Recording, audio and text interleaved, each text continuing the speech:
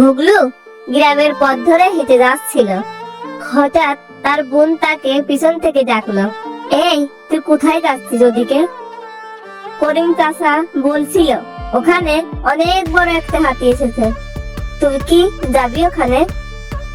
ভুগলু বলে উঠলো, ওখানে গেলে আমার অনেক ভয় করে। বোন মেঘলা তাকে নিয়ে যাবে ওখানে। ভুগলু তো নাসর বান্দা, সে ওখানে তো যাবেই না। হঠাৎ মেঘলা তাকিয়ে দেখলো হাতি তাদের দিকে এগিয়ে আসছে। মেঘলা বলে উঠলো, ওই দেখ ভাই হাতি। ভুগলু হাতি দেখে গাছের আড়ালে যেয়ে পালালো।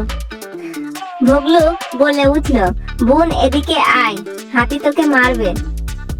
মেঘলা হা করে হেসে উঠলো, আরে না, হাতি কাউকে মারবে না। হাতি হাঁটতে হাঁটতে বনের দিকে যাচ্ছিল। হাতি কাছ থেকে দেখার সাহস আর হলো না।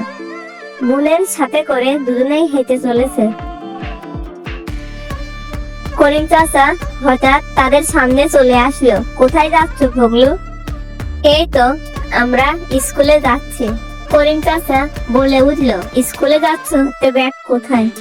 বুঝতেই পারছো তো প্রশ্ন করছো কেন? করিম চাচা বললো, এত রাগ কিসে?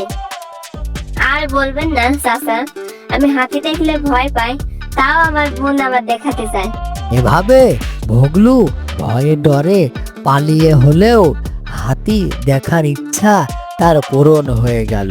আর চারিদিকে ঘুরে দেখতে দেখতে ভুগলুর হাতি দেখার মনের ইচ্ছাটা পূরণ হলো।